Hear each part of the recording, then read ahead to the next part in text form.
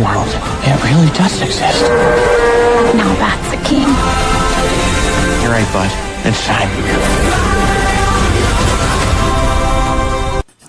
Hey everyone, this is Spider-Fan 101, and I'm here today to talk about a film that I saw about 3 weeks ago, but, I couldn't talk about it because I had to emotionally let it sit in, and I had to really think about it for a while, obviously a while because it's been 3 weeks, but I'm here today to review How to Train Your Dragon 3, The Hidden World.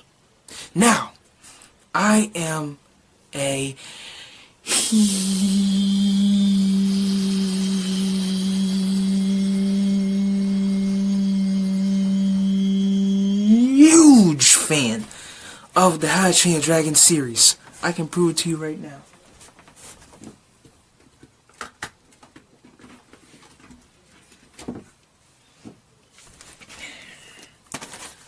How to Train Your Dragon 1. Legend of the Bone Apple. Gift of the Night Fury. Book of Dragons. Riders of Berk, the first DVD. Riders of Berk, the second DVD. Race to the Edge, the first DVD. How to Train Your Dragon 2.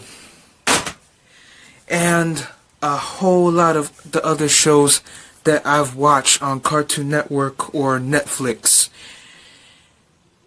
over the years. And this franchise has been a part of my life for many years, since I was a young lad. And to see that this movie was the final film really pulled at my heartstrings. Even when I saw the first trailer and, they played this.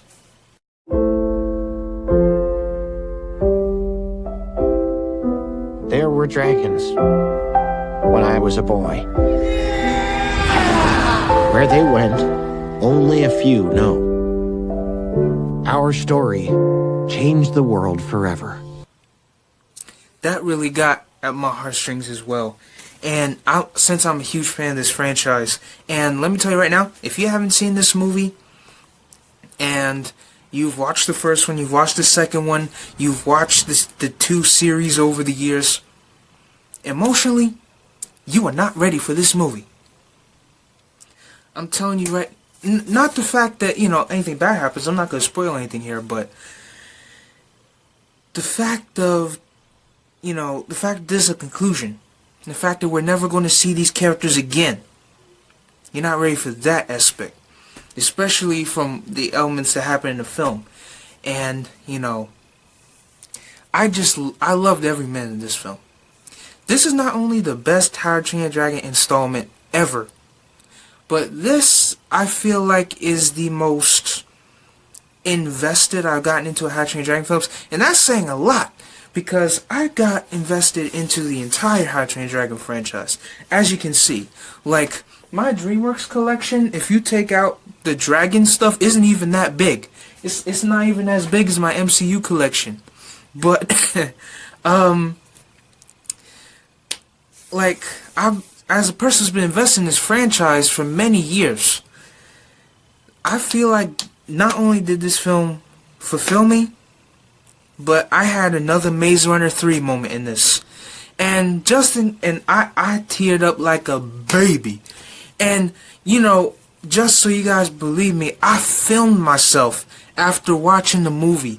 This was my video of me filming myself as proof that I was sobbing like a baby in How to Train Your Dragon 3. Take a look.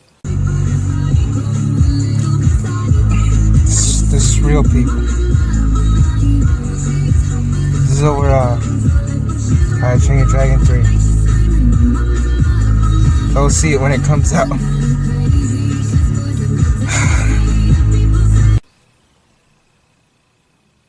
Yeah. That was my immediate reaction walking out of the movie. Because everything in this movie was perfect. Hiccup's development in the franchise was absolutely well handled in every aspect. He went from being this scrawny kid that nobody respected to the leader and chieftain of Burke, and being like this legend, this legendary dragon trainer that everybody respects and everybody loves and everybody has hope in. And you know, that's something that I think is very, very, very good and has always been good about this franchise. And not only that, but his relationship with Astrid, very well handled as well. His friends, all fantastic. Rough Nut, Tough Nut, Snot Loud. Oi, oi, oi. If you haven't seen the shows, you won't know what that is. Fish Legs, all great. Hiccup's mother,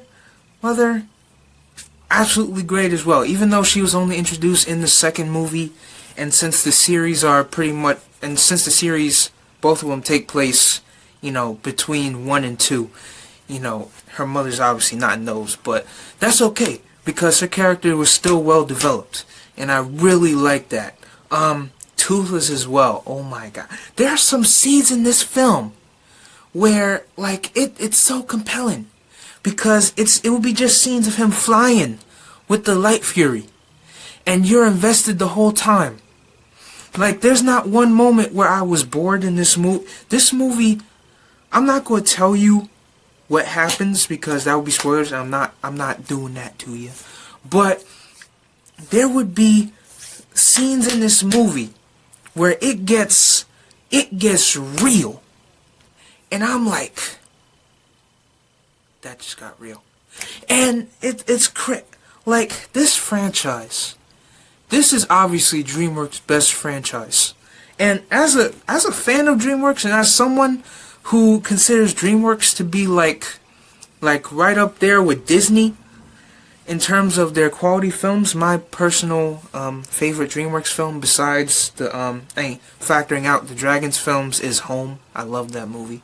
But yeah, this is their best franchise.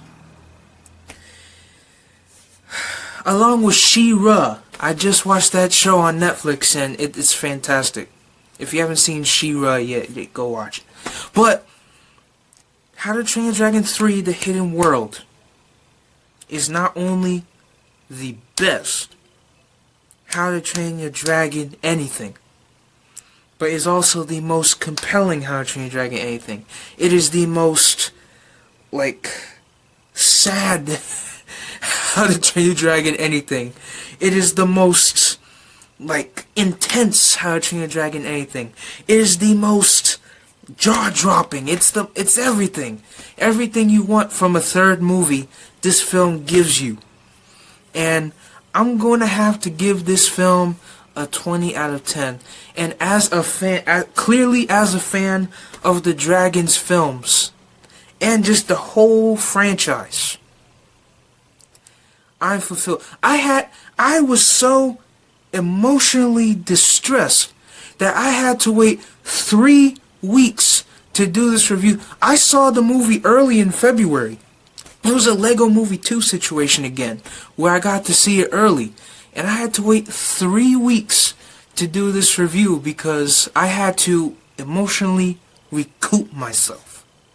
But yeah, this film was amazing. If you're a fan of the How to Train Your Dragon franchise, you're gonna love this film. So yeah, I'm Spidey Fan 101 saying peace.